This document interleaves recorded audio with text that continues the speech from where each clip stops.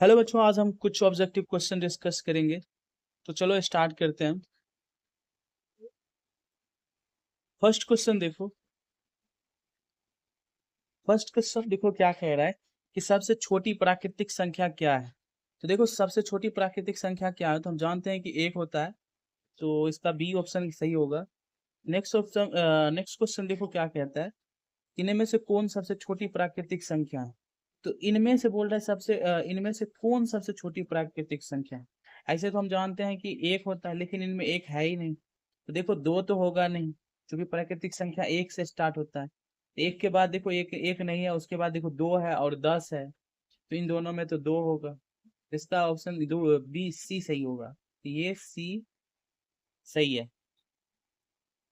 Next देखो बोल रहा है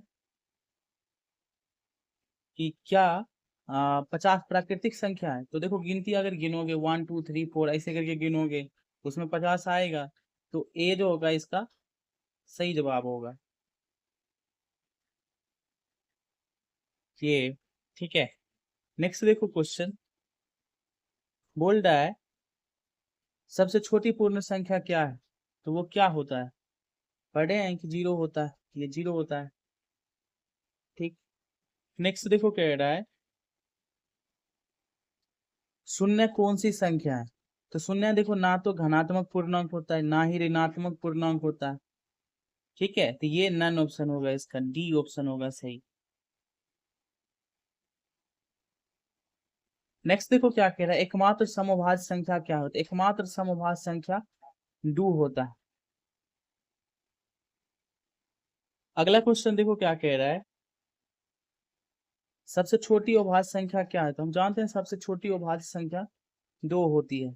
तो इसका सही आंसर बी होगा। नेक्स्ट क्वेश्चन देखो बोल रहा है सबसे छोटी सबसे छोटी भाज्य संख्या क्या है। तो सबसे छोटी भाज्य संख्या जो होगा वो चार होता है। तो ये डी करेक्ट आंसर होगा इसका। नेक्स्ट देखो अगला क्या कह रहा है कि क्या -20 भाज्य संख्या है। देखो भाज्य संख्या होने के लिए उसे प्राकृतिक संख्या होना पड़ेगा। -20 जो है ये प्राकृतिक संख्या है ही नहीं, इसलिए ये जो होगा ये भाज्य संख्या होगा ही नहीं। तो बी सही होगा, इसका आंसर बी सही होगा। नेक्स्ट क्वेश्चन देखो। अगला क्वेश्चन कह रहा है कि क्या जीरो सम संख्या है। तो जीरो देखो, जीरो में अगर दो से भाग देंगे तो इसका मान आएगा जीरो। तो जीरो में दो से पूरा पूरा भाग लग जाता है, इसलिए जीरो को हम सम संख्या कहेंगे। तो जीरो एक सम संख्या है, तो इसका जो आंसर होगा वो बी होगा, ए होगा। इसका जो आंसर होगा वो ए होगा। ठीक है। नेक्स्ट देखो अगला बोल है क्या दो तीन चार सहभाज्य संख्या है।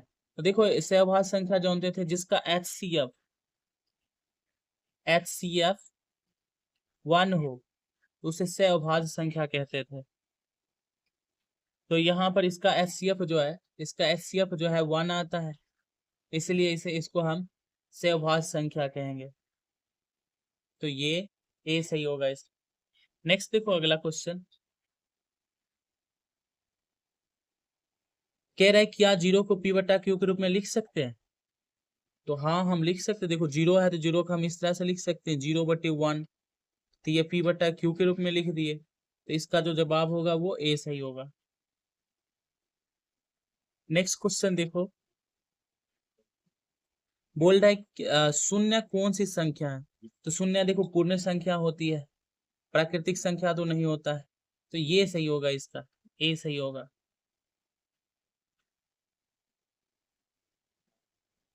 नेक्स्ट क्वेश्चन देखो क्या कहता है कह रहा है प्रत्येक परिमेय संख्या होती है। तो देखो पूर्ण संख्या, तो प्रत्येक परिमेय संख्या पूर्ण संख्या तो नहीं होगा, नेचुरल नंबर भी नहीं होगा, पूर्णांक भी नहीं होगा, रियल नंबर होगा। रियल नंबर वास्तविक संख्या, क्योंकि वास्तविक संख्या में परिमेय और अपरिमेय दोनों होता है, इसलिए प्रत्येक परिमेय संख्या एक रियल नंबर होगा। तो ये डी सही होगा। नेक्स्ट क्वेश्चन देखो बोल रहा है √9 डैश संख्या है। तो √9 देखो, √9 का जब वर्गमूल निकालोगे तो वो 3 आएगा, और 3 एक परिमेय संख्या है, तो Q का मतलब परिमेय संख्या होता है, तो ये सही होगा। ठीक, नेक्स्ट देखो अगला क्वेश्चन। बोल रहा है कौन अपरिमेय संख्या है? तो अपरिमेय संख्या जानते हैं जो P/Q के रूप में नहीं होना चाहिए, मतलब जो संख्या परिमेय नहीं होगा वो अपरिमेय होगा। इसमें देखो कौन परिमेय नहीं है। फर्स्ट देखो लिखा है कि √16 लिखा है, तो √16 का मान हम जानते हैं इसका 4 आता है, और 4 एक परिमेय संख्या होगा। ठीक, नेक्स्ट अगला क्वेश्चन। 12/3 लिखा हुआ है, तो इसका भाग देंगे तो ये हो जाएगा √4, और √4 = 2, ये भी परिमेय संख्या होगा। नेक्स्ट देखो 12 लिखा हुआ है, 12 का वर्गमूल नहीं निकलेगा, तो ये जो होगा वो परिमेय संख्या होगा, और 100 का हो जाएगा 10 हो जाएगा। ठीक है, तो ये सही है, ये अपरिमेय संख्या है। नेक्स्ट क्वेश्चन देखो अगला। इसमें कह रहा है कि कौन अपरिमेय संख्या है? तो इसमें देखो अपरिमेय संख्या कौन होगा, देखो 4/0 लिखा है, तो नीचे में 0 आ गया, ये तो अपरिभाषित हो गया, तो ये तो परिमेय होगा नहीं। परिमेय के लिए पढ़े थे कि Q = 0 नहीं होना चाहिए, तो ये तो होगा नहीं। नेक्स्ट देखो ये तो अपरिमेय संख्या है, तो ये जो होगा अपरिमेय संख्या, क्योंकि ऊपर पर 0 हो सकता है। इसका आंसर हो जाएगा बी। नेक्स्ट क्वेश्चन देखो, कह रहा है कि कौन परिमेय संख्या नहीं है? तो देखो इसका तो वर्गमूल निकालोगे तो ये 2/3 आ जाएगा, तो ये हो जाएगा, इसको भाग दोगे तो 4, इसका 2 आ जाएगा, इसका तो 9 आएगा, तो ये अपरिमेय संख्या नहीं है। ये परिमेय है, ये भी परिमेय है, ये भी परिमेय है, और ये अपरिमेय है, तो ये सी सही हो जाएगा।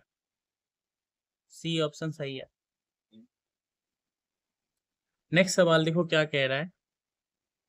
कह रहा है शून्य क्या है? तो शून्य देखो क्या है, एक परिमेय संख्या, शून्य एक परिमेय संख्या है, नेचुरल नंबर भी नहीं है, अपरिमेय भी नहीं है, तो ये सही है, शून्य एक परिमेय संख्या है।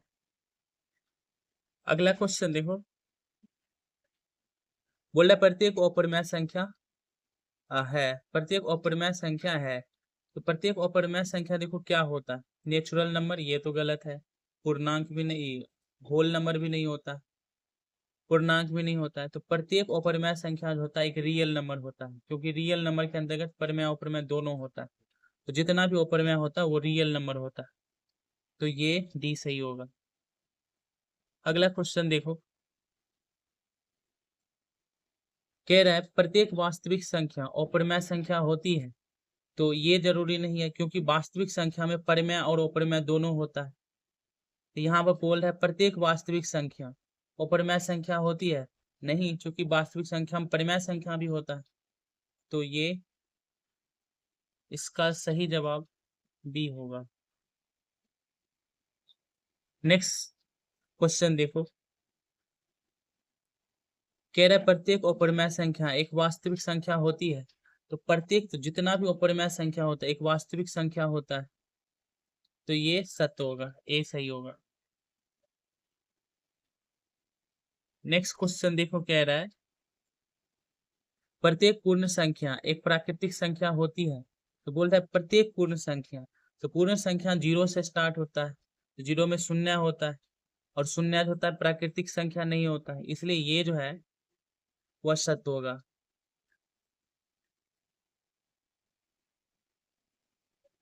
नेक्स्ट क्वेश्चन देखो,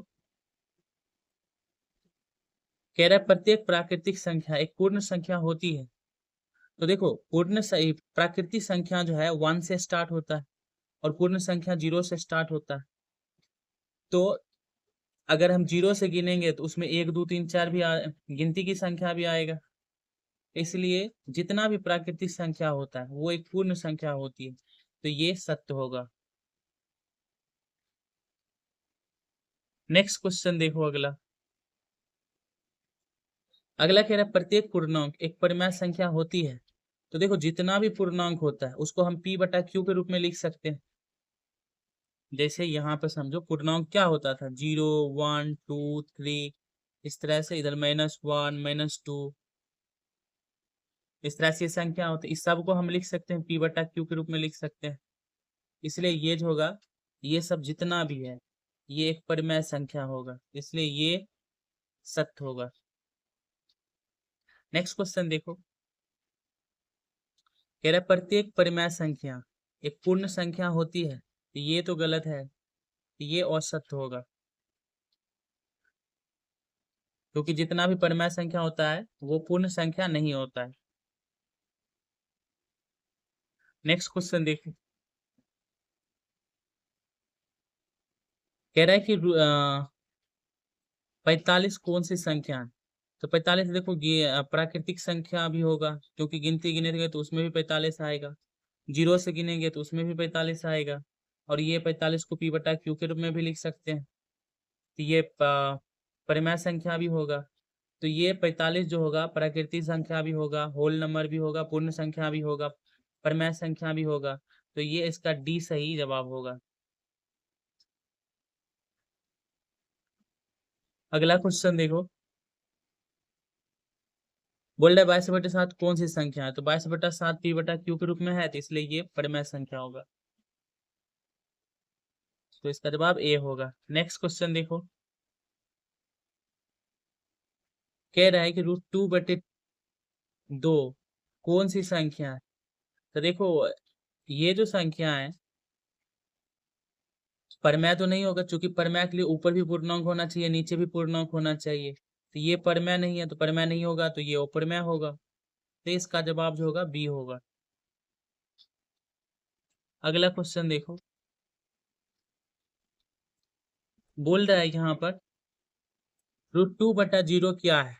तो √2/0 देखो ये नीचे में जीरो आ गया, नीचे में जो है जीरो होना ही नहीं चाहिए, इसलिए ये परमेय भी नहीं होगा, अपरिमेय भी नहीं होगा, ये अपरिभाषित होगा, मतलब ऐसा गणित में हो ही नहीं सकता है, √2/0 जो है गणित में हो ही नहीं सकता, इसलिए ये अपरिभाषित है। ठीक, इसका जवाब हो जाएगा सी हो जाएगा। तो अगर इसमें अगर इस ऑब्जेक्टिव क्वेश्चन में किसी भी तरह का दिक्कत हो, या अगर कोई क्वेश्चन नहीं समझे हो, तो टेलीग्राम चैनल पर आके सवाल कर सकते हो, या किसी भी तरह और भी अगर किसी भी तरह का सवाल हो तो वहां पर आके क्वेश्चन कर सकते हो। ठीक है, तो मिलते हैं नेक्स्ट डे।